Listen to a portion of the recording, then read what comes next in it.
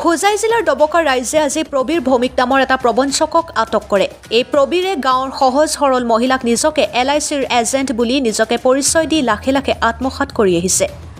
ডবকাৰ পূব জাৰুনী গাঁৱৰ মিনাৰা বেগম নামৰ এগৰাকী দুখীয়া মহিলাৰ পৰা দুটা কিস্তিত মুঠ 20,000 টকা আত্মসাৎ কৰি কোনো ধৰণৰ ৰচিদ নিদিয়ে, লগতে কিস্তিৰ টকা আনিবলৈও নাযায়। প্ৰবীৰৰ ওপৰত মহিলাগৰাকীৰ সন্দেহ হোৱাত খবৰ লোৱাত প্ৰবীৰ প্ৰবঞ্চনাৰ বিষয়ে অৱগত হোৱাত আজি প্ৰবীৰক আটক কৰে।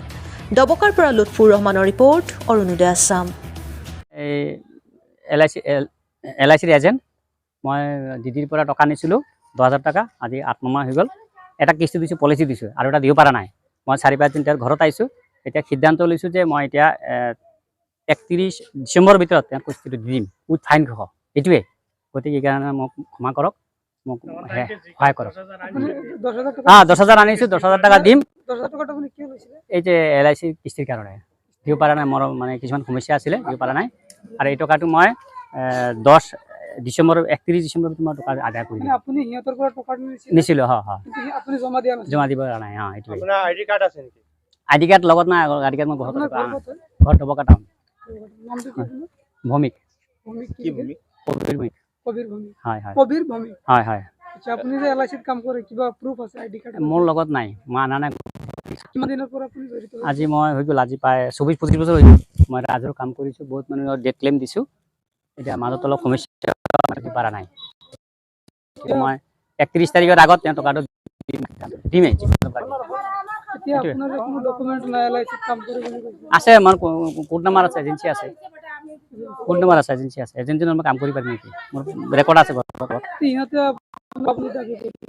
এইটো ক'বই, ভুৱা মানে দ্বাৰা তেওঁৰ পলিচি আছে।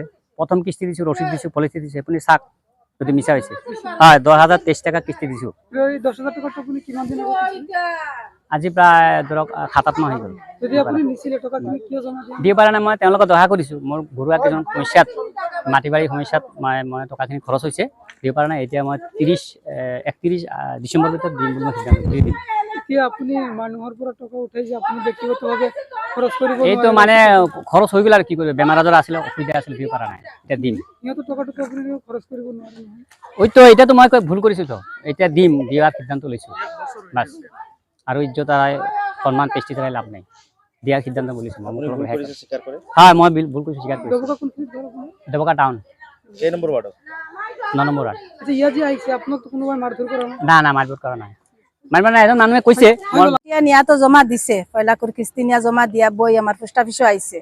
আইয়ালে তো বই আনছি গিয়া, এখন বছরে একবার পয়সা জমা দেওয়া নানি, বাদে বছর ফুরিয়া জানুয়ারি আইছে, কইছে 10 তারিখে পয়সা দিতাম, একদিন যদি পার্সেল লইয়া যায় গিয়া তে মানে জরিমানা করবো। তে আমি 10 তারিখের ভিতরে মানে পয়সা এগুন বহু চেষ্টা করিয়া, আমি বেটি মানুষ বুঝবাই রাইনি, মানুষের বাড়ি কাম কাজও করিয়াও মানে পয়সা এগুন জোগাড় করছি। জোগাড় করিয়া তেবো 1,000 রয়েছে বাকি, হে লোন দিত কইয়া আমারে আরো 2,000 নিছে। বাদে কইছে লোন হইতো না যদি কইছে তে আমি আমারও 9,030 টাকা মানে 23 টাকা হয়, 10,023 টাকা হয় না, ওইখান না ইয়া বাদে আমি কইছি 9,030 টাকা দিছি। আর হজন লোনও লাগে নিছিল নানি 2,000, অন্তন কইছে 1,000 ফুরাইয়া আর জমা দিলাইয়া, জমা দিছে না, কইছে আমার পয়সা লইয়া হলে বাদে কইছে বিকালে রিসিভ আনিয়া দিম। তে আমি ভাবছি মনে হয় হাসাও, আমি বেটি মানুষ মত করছি, বিশ্বাস আইছে আমার বেটি মানুষ করিয়া, বেটা মানুষ নাই আমার বাড়িত খেয়েও, তে বিকালে আনিয়া দিব। বিকালে আইসে আমি ফোন করছি, নাই, কইল চাচি খাই লাইম। ও খাই লাইমু, ফরু আইমু, দিদি ওটা করতে করতে 1 মাস হয়ে গেছে, না পয়সা দে না। 1 মাস টোটাল 9,030 টাকা, আর লোনও লাগি নিছিল আরো 2,000, সবাইতনে মিলাইয়া হয়েছে 10,000 11,030 টাকা। 11,030 টাকা আমি কইছি লাগে কমিশন আউতো যাইব, তে আমার 10,000 মিলাইয়া তেব দিলাইছিল, লোনের 1,000 খাইলা কইয়া অত গুণ মিলাই লইয়া দিছি, দিয়া কইছে বিকালে আনিয়া রিসিভ দিলাইব। পয়সা লইয়া হলে আমার এখন বিকালে আনিয়া রিসিভ দিব। তো বিকাল হয়ে গেল আর না, পয়সা নাই, রিসিভও নাই, পয়সাও নাই, হেও নাই। 1 বছর 6 মাস বাদে আমারে কইছে তুমি ডকুমেন্ট দাও। আমি কইলাম কিন্তু জরিমানা বহুত হয়ে যার, অফিস থেকে খালি ফোন আর পয়সা দিতাম, স্যার পয়সা নিয়ে জমা দাও। কইল হয় আমি বিকালে দিমু। বিকালে কইয়া আজ দিমু, খাইল দিমু, 1 মাস 2 মাস 3 মাস, খালি তারিখ করতে করতে তার বাড়িতে আমি 3 দিন গেছি। তার বাইয়ে এনতে কইছো নিগু ফাংফুং ইগুরান কিতা লাগি পয়সা দিলা, তেবো আমি ঘুরি আইছি, তারে পাইছি না, কইছেন হে নগাদ গেছে কি, হে এলাচিত কাম করে। আমি বাদে বইলিয়া ব্যাংক গেছিলাম, ও ডবকার ব্যাংক গিয়ালে কইছে এজেন্ট নাই বার করে দিছো। তো আমি আগে জানি এজেন্ট হে, এজেন্ট কইয়া গিয়া পয়সা আনছে, বাদে এটুকু এজেন্ট আসলো বলে।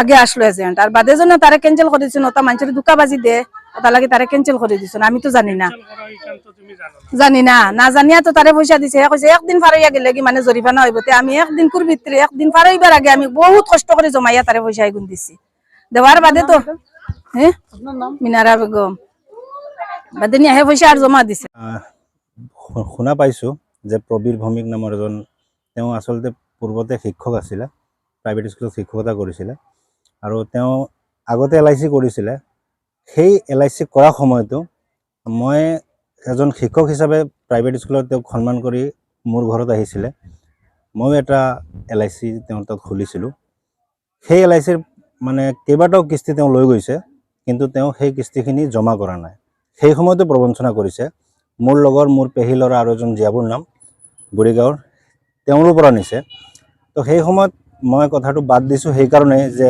এজন প্ৰাইভেট স্কুলৰ হ'লেও এজন শিক্ষক কিন্তু এতিয়া আকৌ যে প্ৰায় জেগাতে সেম ধৰণৰ কাণ্ড কৰিছে সেইকাৰণে মই তেখেতক গৰিহণা দিছোঁ আৰু এনেকুৱা প্ৰবঞ্চকবোৰৰ পৰা যাতে ৰাইজ হাত সাৰি থাকে এইখিনি মই ৰাইজক আহ্বান জনাইছোঁ আৰু আমাৰ মোৰ সেই সময়ত 2009 চনৰ ঘটনা হ'ব তেতিয়া মেবি 900 না কিমান আছিলে মানে তিনিমহীয়া কিস্তিটো আছিলে সেই টকাটো তেওঁ জমা কৰা নাছিলে দুটা কিস্তি জমা কৰি তেওঁ বাকীবোৰ আৰু জমা কৰা নাই পলিচিটো বেণ্ড হ'ল গতিকে এনেধৰণৰ প্ৰবঞ্চকবোৰৰ বিৰুদ্ধে প্ৰশাসনে উচিত ব্যৱস্থা গ্ৰহণ কৰিব লাগে এয়াই দাবী জনাইছোঁ